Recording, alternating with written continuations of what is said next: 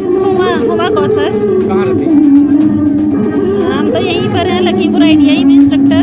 अच्छा, ये आज जो हैंडक्राफ्ट का प्रोग्राम लगा है, किस तरीके से कैसे तैयार करते हैं आप लोग? ये लड़कियां स्विंग टेक्नोलॉजी की हैं, जी जिसमें ड्रेसेस तो बनाना बताया ही जाता है। इसके अलावा अदर एक्टिविटी में ये सारी चीज़ें बताई गई हैं, सारी हैंडमेड हैं।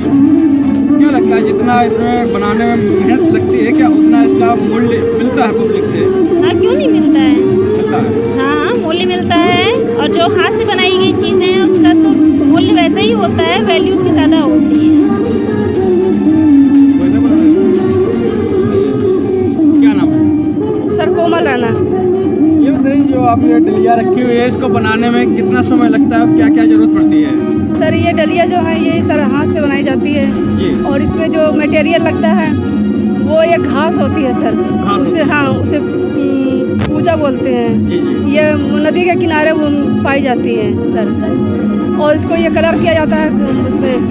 ये कलर अपने हाथ करते हैं जी या सर, पहले होती है? नहीं सर हाथ से किया जाता है सर। इसको अगर ये एक छोटा मॉडल है, क्या इसका बड़ा मॉडल भी बन सकता सर है? बड़ा भी बन सकता है सर, जैसे भी बना सकते हैं वैसे ही। छोटे बड़े हर मॉडल के बन सकते हैं। आज विधिक सेवा प्राधिकरण के द्वारा एक जो कैंप आपका लगाया गया है, कि इसका कुछ उद्देश्य क्या है, जनता के प्रति क्या कुछ महत्वपूर्ण होगा? उसको कि जो भी योजनाएं हैं विभागीय, उसको जनता तक पहुंचाना होता है जी। कि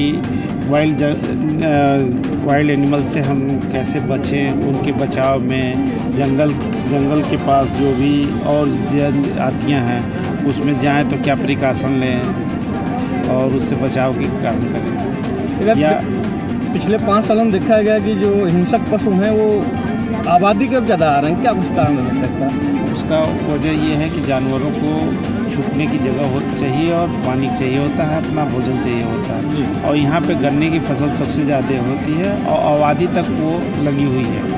तो जानवरों को ये पहचान तो होती नहीं है कि हमको कहाँ पे रहना है, कहाँ नहीं। उनको तो छुपने की जगह और उनका भोजन पानी चाहिए। इस नाते ज़्यादातर जो है इधर आते हैं। फिर ग्रामीण अपना बचाव कैसे कर सकते हैं?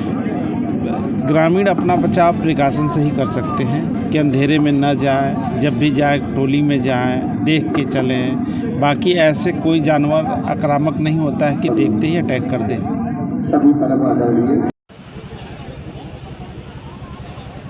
धन्यवाद माननीय महोदय। यूँ तो लाभार्थियों की श्रृंखला बहुत लंबी है, लेकिन हमारे मुख्य अतिथि के कार्यक्रम की कोतवाली सदर थाने का हो गया, तो यहाँ से कॉलर है, ये इस जनपद में हो गया। इससे संबंधित हम यही की सूचना होगी, तो जो PRP नज़दीक में होगी हम उसको फ़ोन करेंगे, उससे जो पीड़ित होगा और जितने भी जल्द हो सकते हैं हम उसको इवेंट देंगे और उसकी सहायता करवाएंगे। किस किस तरह की सहायता 112 में मिल सकती है? जैसा कि पिछले दिनों आपका एक कैंप लगा था, आप लोग मेडिकल भी सर्विस भी प्रोवाइड कर रहे हैं, तो ज़रा सा विस्तार से बताएं किस किस तरह की योजनाएं हैं किस सर? जैसे कि बच्चियाँ स्कूल जाती है सर, सभी प्रकार की कोई भी समस्या हो सब में ही सहायता करती है 112 सर। जैसे कि महिलाएं हैं, महिलाओं से छेड़छाड़ संबंधी होती है घटनाएं, तो उसमें पुलिस सहायता करती है 112 की। सर एक्सीडेंट हो गया तो वहाँ भी वो सहायता करती है 112 आदि कई प्रकार के सहायता करते हैं सर, सभी प्रकार के। मैं आपसे जानना चाहूँगा, अगर कोई महिला प्रेग्नेंट है और एम्बुलेंस की व्यवस्था उसके पास नहीं हो रही, क्या उस स्थिति में भी आप लोग जाके उनकी सहायता करते हैं? अपनी गाड़ी से ले जाकर? बिल्कुल सर, तुरंत अपनी गाड़ी से उसको ले जाएंगे, तुरंत CHC हॉस्पिटल जहाँ PRP से उसको। हाँ, सुरक्षा औषधि प्रशासन, इसके अंतर्गत क्या क्या योजनाएं यहाँ पे जनता के लिए आप लेके आए हैं, किस तरह से आप इसको बताएंगे जनता को अपने बारे में? आज के इस बृहद विधिक सहायता सेवा शिविर में आयोजित कार्यक्रम में हमारे विभाग द्वारा फूड सेफ्टी व्हीकल आई है।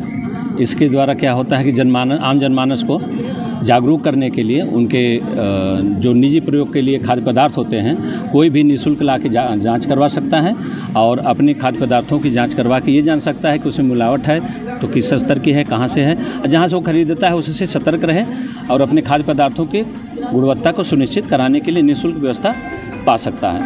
होली का त्यौहार आने वाला है, इस समय आपके विभाग द्वारा क्या कुछ जांच टीम गठित की जाएंगी, जांच होगी मार्केट की? हमारे विभाग द्वारा इसमें प्रदेश व्यापी अभियान शासन के आदेश पर प्रदेश के आयुक्त द्वारा दिए गए आदेश के क्रम में टीमें गठित कर पूरे प्रदेश भर में अभियान चल रहा है। उसके तहत ही हमारे जनपद में भी लगातार कार्रवाइयाँ 19 तारीख से चल रही हैं और वो सतत 28 तारीख तक जारी है।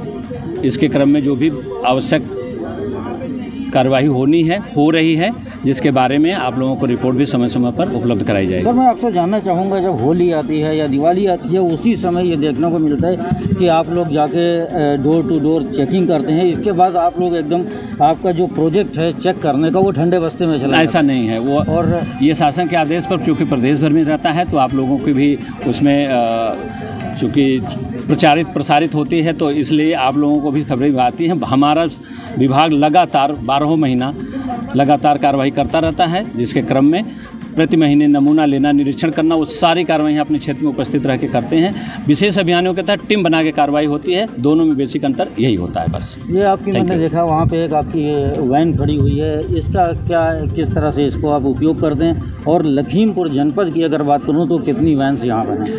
इसी के बारे में भी आपको मैंने बताया है कि यह हमारी फूड सेफ्टी व्हीकल मंडल में मुख्यालय पर रहती है, मंडल मुख्यालय पर। वहाँ से उच्च अधिकारी द्वारा तय समय पर जनपद में आकर के घूम करके लोगों की जागरूकता हेतु क्षेत्र में जाकर के लाइव जांच करके बताया जाता है। उसमें एक हमारे एनालिस्ट होते हैं, हमारे अधिकारी होते हैं, और वह लोगों को खाद्य पदार्थों की गुणवत्ता के बारे में जांच करके उसकी रिपोर्ट देती है।